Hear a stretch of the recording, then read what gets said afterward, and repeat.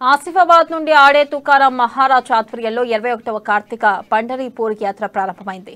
ఉట్నూరులోని ZP chairman Janardhan Rathod నివాసం వద్ద భోజనాలు చేసిన అనంతరం అక్కడి నుండి ఆదిలాబాద్ కు ఈ పాదయాత్ర పయనమైంది. భక్తి పాటలు భజన గీతాల నడుమ కొనసాగిన ఈ యాత్ర ఇవాళ ఆదిలాబాద్ చేరుకుంది. 3వ తేదీన ఆదిలాబాద్ రైల్వే స్టేషన్ నుండి ప్రత్యేక రైలు ద్వారా భక్తులు పండరీపూర్ దేవాలయానికి చేరుకోనున్నారు. ఇక లైవ్ ఉమ్మడి జిల్లా అధ్యక్షులు జాదవ్ వసంతరావు యాత్రలో పాల్గొని తుకారాం మహారాజ్ ఆశీర్వాదం తీసుకున్నారు. కార్యక్రమంలో గిరిజన లంబాడీల ఐక్యవేదిక రాష్ట్ర సాంస్కృతిక కార్యదర్శి రాథోడ్ నరహరిదాస్, భక్తులు తదితరులు పాల్గొన్నారు.